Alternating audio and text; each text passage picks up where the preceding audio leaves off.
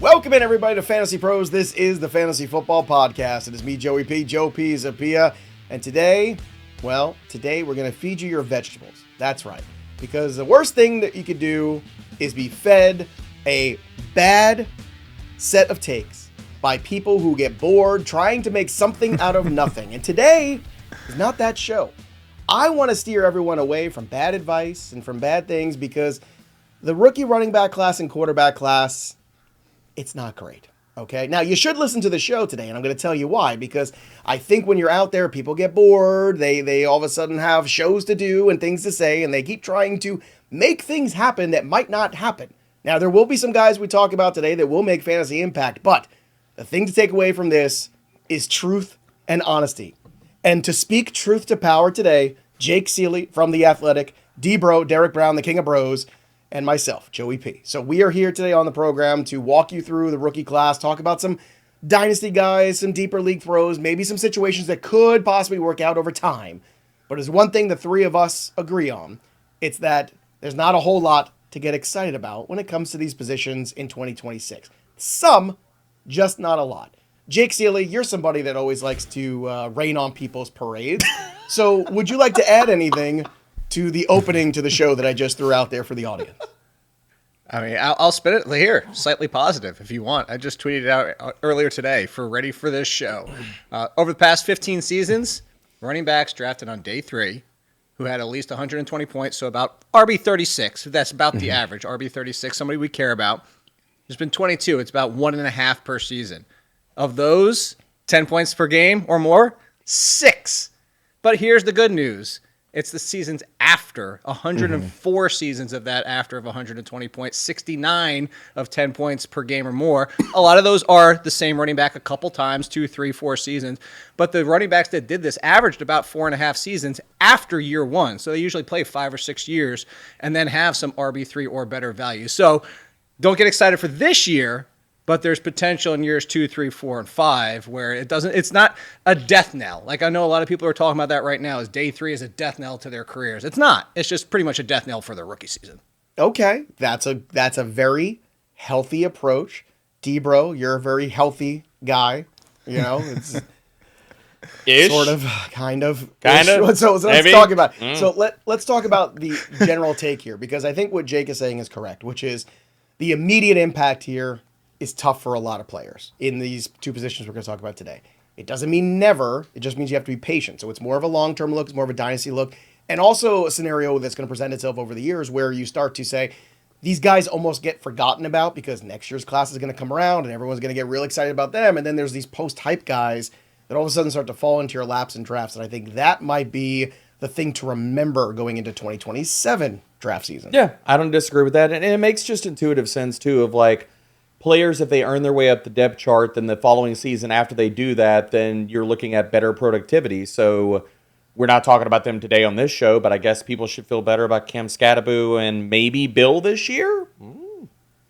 Certainly Cam Scatterbo. I feel pretty good about Cam Scatterbo right now. I was a little worried going into the draft, not going to lie. All right, so let's get after it. Let's talk about the names here. Real quick, he's one of the ones that was over 10 fantasy points per game, but didn't hit the 120 fantasy points because he got hurt. So, yes, like, there's a couple of those kind of players in there. That was unfortunate. Some circumstances there. So we're going to talk about some of these names first, the guys who could actually make an impact. And obviously, the biggest name here to start is Jeremiyah Love. We know that he was selected here by the Arizona Cardinals early, and I think not too much to the surprise of us, because if you watch all of our mock draft shows, D-Bro, we had him going as early as 3. And I remember when that worm started to turn about a month ago, and we started talking about, well, you know, why not? Like, just because they signed Algier, it doesn't mean you should all of a sudden pass on arguably the most impactful offensive player in this draft just because you happen to get another guy or just because you have a couple other guys on the roster. So let's talk about Algier's presence. Let's talk about Jeremiyah Love, what that pathway looks like, and with a staunch reminder of the first 6 weeks for any rookie running back has been difficult, I would say, in the last 3 to 4 years of fantasy. Yeah, I mean, I think, like, you know, the bull case for Jeremiyah Love is pretty easy. I mean, you want to talk about the talent and stuff, but as soon as we get to the landing spot and in the backfield, then it's like, okay, and then not even talking about quarterback, it's like, okay, let's rain on the parade. So there are definitely, like, a lot of worries in the sense of, is James Conner still on this roster? Is Tyler Algier going to be a thorn in the side like he was for Bijan Robinson? Those things are present, although I think James Conner, with them reworking his contract, I'll be very surprised if he's not traded before week 1. We shall see. But the quarterback stuff is still a big worry. Like, even if, good Lord, if you're a Carson Beck stan, I don't even know what to tell you. Like, you didn't watch the film. But, right now with volume, I've got him at RB12 right now. I think, like, as we kind of move through the offseason, I'm just going to stay in line with consensus. Like, I don't want to be, like, too far above or too far below on Jeremiyah Love. But based off the talent, he's going to be a top 15 back, probably just volume and talent. So I don't want to put too much of all the Atlanta and Tyler Algier stuff onto a different situation and a different coaching staff and saying that is all going to come to fruition and he will be at the line side.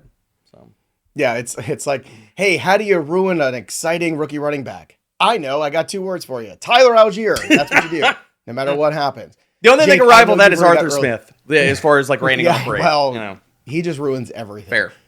Jake Ciely, I know you've already got your ranks up early because I know how you roll. Mm-hmm. I know the Ciely. I spent a lot of time with you in my life. So let's talk about it here. Where do you have, believe me, no one should apologize more than you. I agree. So Jeremiyah Love, where do you have him right now in your early overall rankings? Because I'm sure some people are already talking about him as a late first round pick, maybe even higher. I know when draft season comes, people are going to get real hyped up and real excited for the new things. But how do you pump the brakes and get a reasonable value on him? What do you think that is right now? It is at the end of round 2 as RB12. That's where I have him in my rankings. Same. And it's not the fact that I had Jeremiyah Love. I said there's no way he's not an RB1 immediately. Like, we're talking about 55% of the work. Okay, Jahmyr Gibbs did that last year and was RB1. He had his rookie season. He only had 46% of the touches, and he was RB10. Like, he is another version. He's bigger, Jahmyr Gibbs. But all that being said is we have to associate what I see as the risk and non-risk in players in front of him. Chase Brown, Kenneth Walker, Marion Hampton, maybe if you want to say the injury. Achane Genti, and now you're up inside the top 5. So it's not the fact that I don't like Love, and it's not the fact that I'm that scared about his landing spot. It's just the fact that everybody in front of him, less questions. They've actually performed in the NFL. There aren't teams that don't have to worry about that kind of timeshare. So I have him at 12. If you wanted to argue to take him a few spots because you're just like, I know he'll outperform Saquon Barkley or something like that, I'm not going to say, oh, you're stupid to do so or whatever. But I wouldn't go that far, but I think 12 is a fair spot for him. I don't think you're going to get him there. I think by the time we get to August, he's going to be drafted I don't either. I agree. 6, 7 at worst. I could not agree more. Let's talk about another running back, too, who landed in a spot that certainly makes a lot of sense. We had a lot of mock drafts here on the program all offseason leading up to the NFL draft where the Seahawks just took Jadarian Price because it made a lot of sense. And guess what? That's what the Seahawks did. So, Zach Charbonnet coming back from an ACL tear. Again, we don't have a real timetable for him yet. Emmanuel Wilson signed this offseason, right? Who, at times when he had to replace Josh Jacobs last year, performed, I would say, admirably. I know I had streaming him in a few leagues myself. So, what does the Seattle backfield look like, and how does it affect Price immediately in 2026? Because it seems like a really good camp could open up a path for a lot of playing time for him early on. But what are your thoughts, Jake? I'm a huge fan of this landing spot. Mostly when we were talking about pre-draft, Dane Brugler mocked Mike Washington them, and I was like, ooh, Mike Washington is the lead of the Seahawks. And then the more I thought about it, and then after talking with Fitz, I was like, you know what?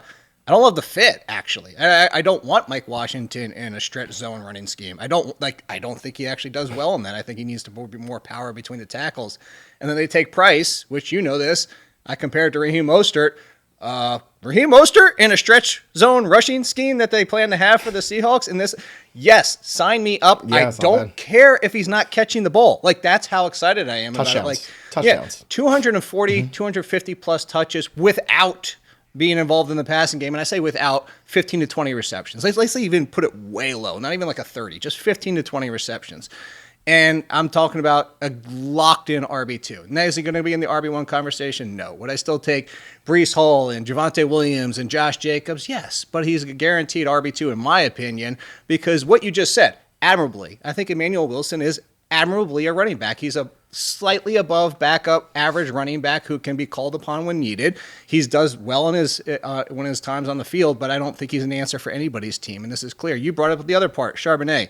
The timeline, if we estimate off previous injuries like this, is November/December at earliest. Like, At he might best, be done for right? 2026, period. So, and the other reason when we talk Dynasty, why I like this so much is because what are we going to get from Charbonnet to prove that the Seahawks, one, want him back, or two, like any team is going to give him a chance to be. He's going to end up like Javonte Williams, But like Javonte Williams was least on the field and I know underperforming, but like people are going to be taking a flyer on him next year, not knowing if he can even be the lead. He's probably not going to get better than a backup job in 2027. D-Bro, you've been often described on the show as giving admirable performances. So what do you think about Jadarian Price and his ability to give an admirable performance? And to Jake's point, too, about Charbonnet, with a late return, but also we don't know how he looks in that return. We've seen a lot of guys not quite look the same in that immediate return necessarily. So it's a very dicey situation. I think there's real intrigue here for Price. I'm not sure how aggressively you've ranked him, but I'm curious to find out. I've got him in that borderline, like, low-end RB2 range. I think, like, just, Makes sense. sifting through names. I agree, like, I don't think we see, like, a fully healthy version of Charbonnet. Who knows when he hits the field. Like, we could talk about George Halani, Emmanuel Wilson.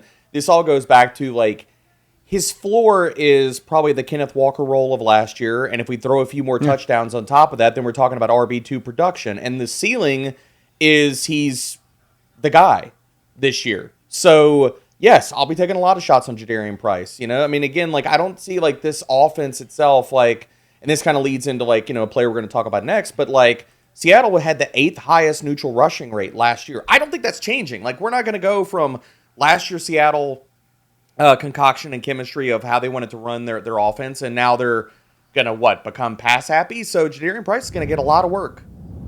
Well, Mike Washington, I thought was going to get a lot of work, and then he landed with the Raiders. Oh, man. Which I really just, sand in the shoes, man. It is not good. So you still think, though, there's a path for him to make an impact. I can't wait to hear this take, D-Bro. You got to sell me on this. I think there's a path to make an impact because the Raiders know that they're not going to be going to the playoffs. They're not trying to win everything. This is another building year for them. They added a crap ton to the defense. The offense kind of got languished. They really didn't do much to the offensive side in the NFL draft or in free agency. Like, Jalen Naylor, you got Brock Bowers. Okay, fine. Who else are they throwing the ball? How long do we see Kirk Cousins? So, in this year, I think we could see them, and again, going back to Kubiak, 8th highest neutral rushing rate. They're going to run the freaking ball. And this year, if they're not going to compete for a playoff berth, like, I don't think anybody's forecasting that. We don't know when we see Mendoza. This could be a total redshirt year for him.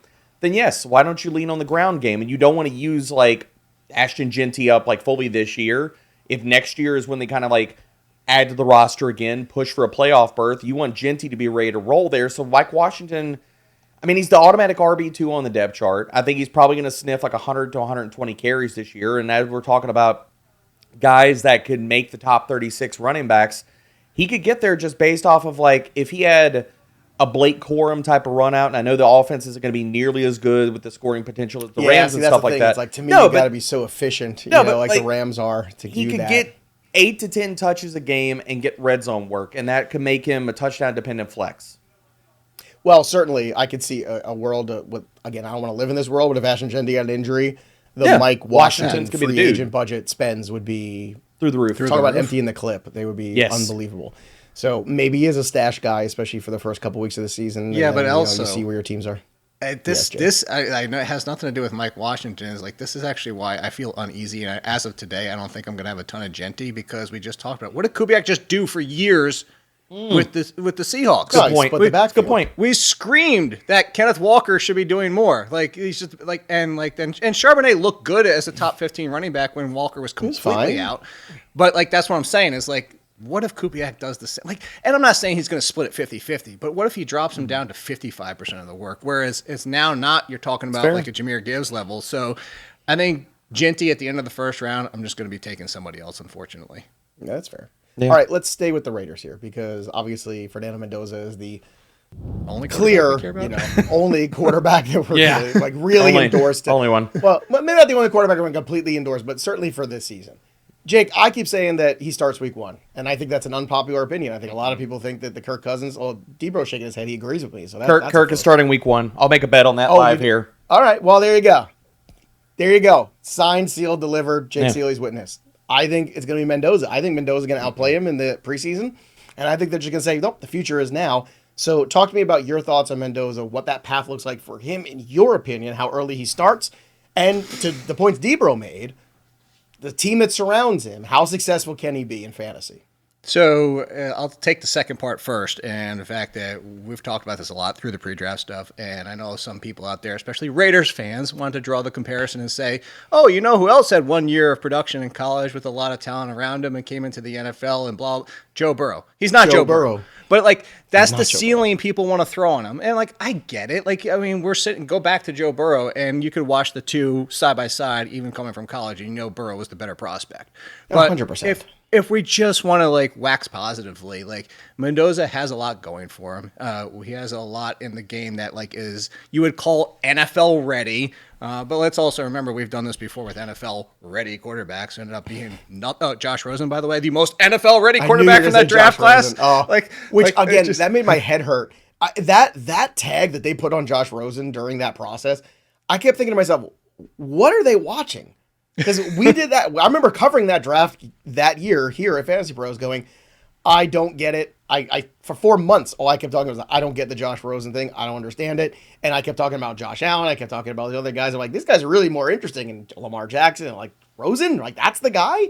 That's the guy that's the safest pick. That's the most interesting to people. I didn't get it at all. And of course, who takes him? The Cardinals, an organization who has certainly had some flawed player evaluations throughout the years in some of their draft picks, but continue, Jake. Yeah, so anyway, that nice little sidebar. Like, Josh Rosen is home. Like, why am I taking shots? Like, my career was bad enough. Okay, Josh, I love you. But hey, look, he's going to Kubiak. They have some weapons. I actually thought they would address wide receiver a little bit more for him to hopefully, and maybe they dip their toe into the free agents that are still out there, like a Jawan Jennings or something like that. But all that being said, I'd love to see that one, Jake. To be honest, that's the one I'd like to see there. Well, here's the thing: who else started Week 1 last year? Russell Wilson.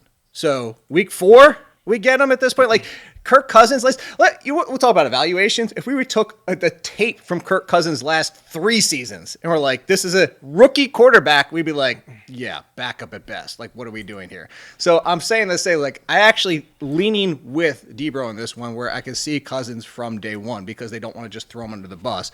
But if you said the over under 4.5 weeks before we see Mendoza, that would be a tough call for me. I think that's like where we're talking about what happened with Jackson Dart last year. It's like, all right, we've seen enough. 3-4 games, we've seen enough. Let's just go get him out there and get ready for next season.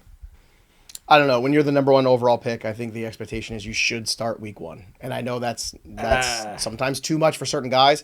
I don't think it's too much for Mendoza. I think mentally he's strong enough to deal with it. But what's the difference between 1, 2, 3, 4, like even Drake May? Like, you know, what's the difference between like it's just number 1? The difference is the hole that it puts you in a very tough division, to be honest. Because I think that Raiders do think that they want to compete this year because you're finally in a year where if they Mahomes isn't starting the year. Yeah, they are. They are in Las Vegas, Jake. There's a lot of substances all the time. But I'm just saying, like, that's their job is to think that. And Mendoza... You think Brady thinks that? I think that, too. Brady has been very vocal about a quarterback sitting and learning. You think Brady thinks that, Joey? I agree with the sentiment. I just don't think in the practice it's going to happen. But we'll find out when we get to week 1. That Brady voice is loud in the building. Subscribe to the channel, Fantasy Pros, and then find out week 1 what happens. And we'll see where the bets get paid. All right. Jake, you had one more guy that you wanted to mention in this grouping. Did you want to go ahead and ping him real quick of a guy who could make there was another running back there?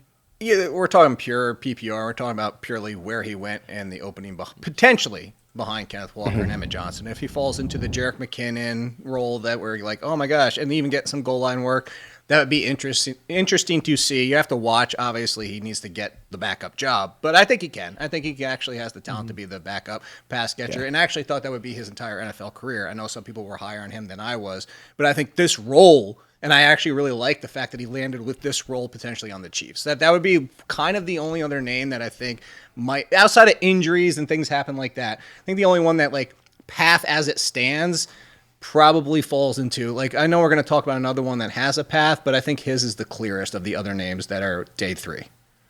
Yeah, we like his tape, too. Debro and I did the film room on him. And we thought Johnson, again, would probably do okay in the NFL landing spot.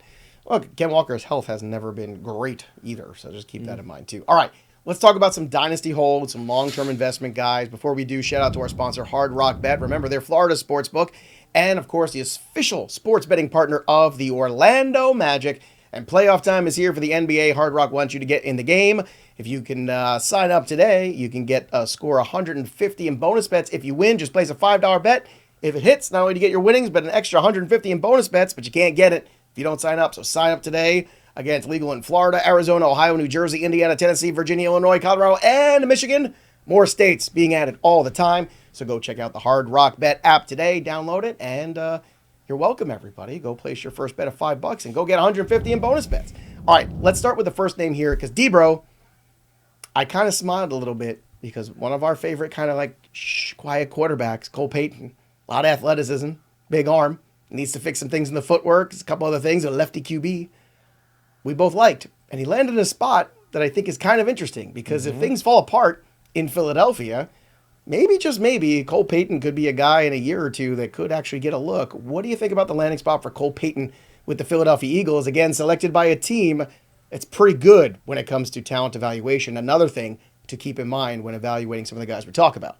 Yeah, I mean, look, Howie does Howie things, and the high upside swings are there. Just look at the draft class this year, and I think Cole Payton's part of that discussion. And the big thing that, like, where you look at the composition of the depth chart right now, he's going to be the QB4 right now. But again, we've discussed Cole Payton throughout the entirety of the offseason as a guy that we didn't want to start right now. He needed to sit. He needed to learn and grow. And after this season, Andy Dalton, Tanner McKee are both free agents. We could walk into 2027 and Cole Payton is the clear QB2 behind Jalen Hurts. And you look at the body, the archetype, the skill sets and stuff of Cole Payton, dude, there's a lot to like there. And so you're telling me, like, look, the Eagles cannot get out of Jalen Hurts' contract basically earliest until 2028.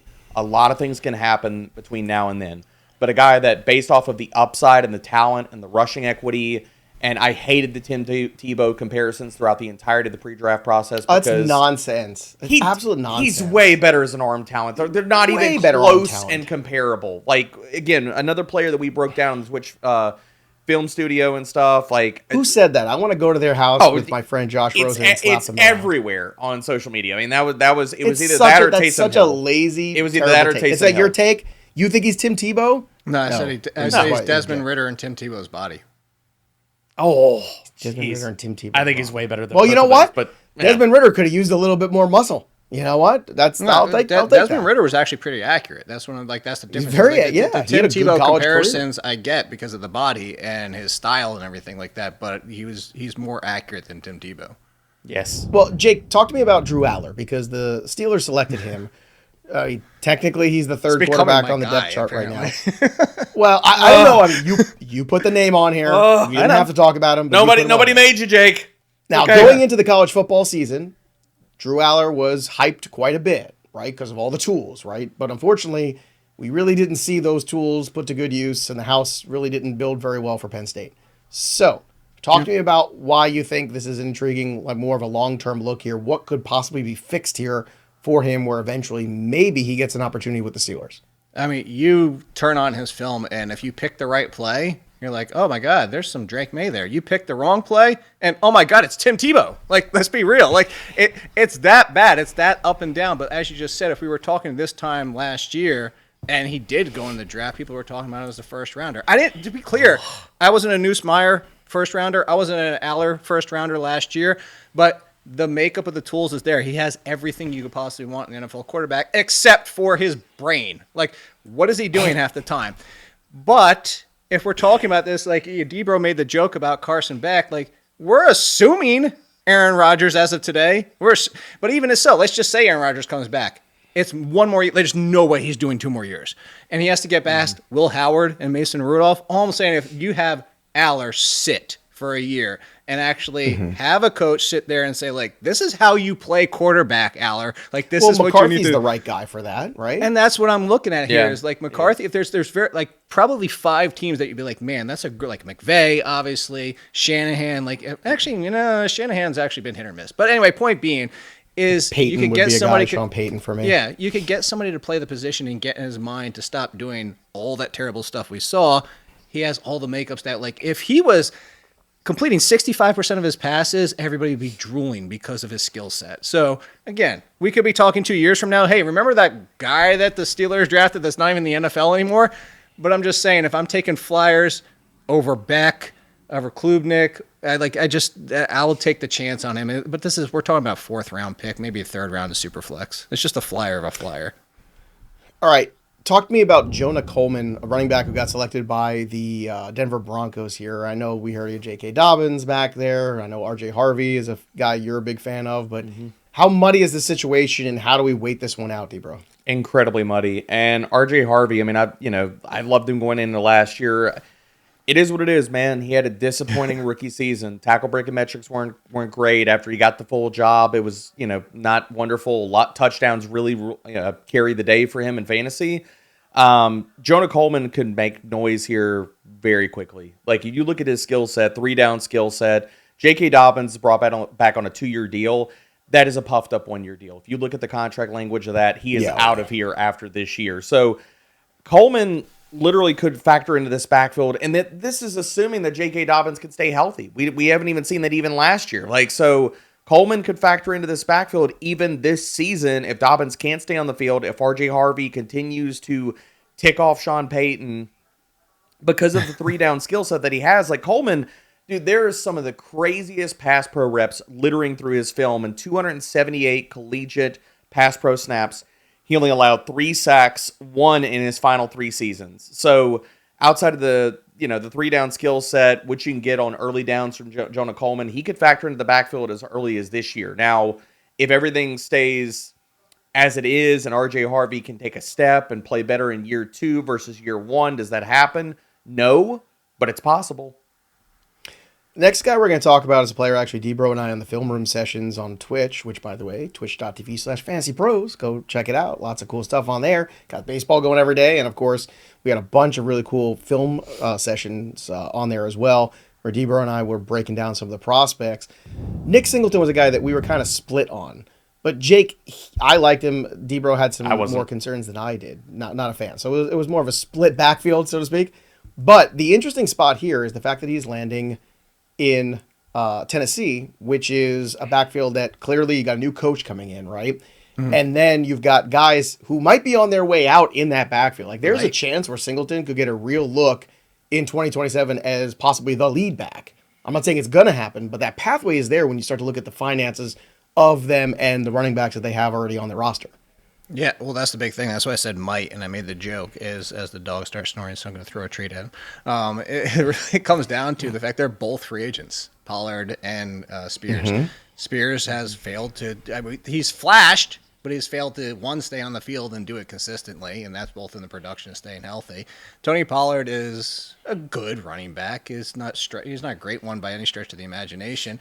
And what the thing with Singleton is, I don't think he's great either. I actually compared him to Tevin Coleman, and I think he's a very one-cut slash type runner. But if you look at what kind of Daboll's done, like, he does have the pass catcher. The pass catcher like Tracy, he was forced into using Tracy more than he wanted to. And I say that more than he wanted to because he kept trying to go back to Devin Singletary. He actually was, like, Devin Singletary on this team, I'm not going to be excited about him either, but as the lead option and what Brian Daboll does with his offense, I could see somebody like a Tevin Coleman, like a Singletary, like a Singleton work in this offense.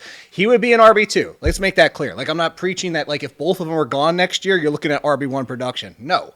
But as an RB2, as that, like, heck, if one of them gets hurt, Spears, by the way, gets hurt again this year, that you might find yourself picking off waiver wires just because he's the next man up already this year, I'd be more intrigued for him, like you said. 2027 is what I'm thinking of when it comes to Singleton. All right, we're going to go a little deeper, some deep league stashes, some late-round sleepers. But, again, a reminder to everybody, too, if you got these rookie drafts coming up, use the Dynasty Draft Simulator. Get the full mock in there in just minutes. And if you're an MVP or Hall of Fame subscribers, you get to test the trade scenario, so you can put all the draft picks that are on other teams and basically create the same match of your draft that's upcoming in the simulator. So go to fantasypros.com/simulator today and be the most prepared for your rookie draft of any of your league mates. Again, don't be a tool, use the tools. Go to fantasypros.com/dynasty26 to prepare for all of your rookie drafts and your Dynasty startups. And subscribe to the new channel, too. The Dynasty channel's out there, too, on YouTube. Go subscribe. And to Tailgate NFL. Just subscribe to everything. Tailgate NFL has a great show coming out with Derek Brown, myself, and Scott Bogman, where we're going to recap my time at the NFL Draft, which was super fun, and just talk about all the stories and all the leads and everything. It's a great show, so if you just can't get enough football, Tailgate NFL right now, run to the YouTube. Go check it out. Subscribe. Your new favorite channel. I'm telling you right now. All right. Enough selling. Let's go to D-Bro. Deeper guy. Who's the first on your list? I know you've each got two that you want to share. Who do you have?